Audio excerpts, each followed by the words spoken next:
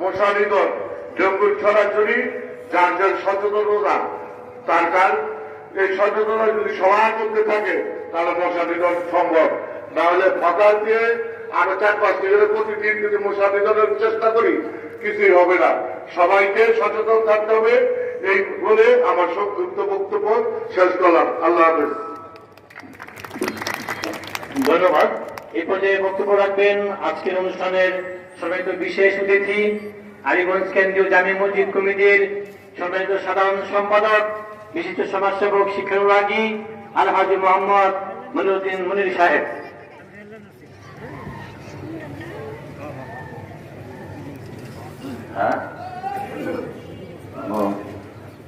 বিসমিল্লাহির রহমানির রহিম। উপস্থিত আজকের সম্মানিত ফতুল্লাহ থানার ভারপ্রাপ্ত কর্মকর্তা, আমাদের আজকের এই অনুষ্ঠানের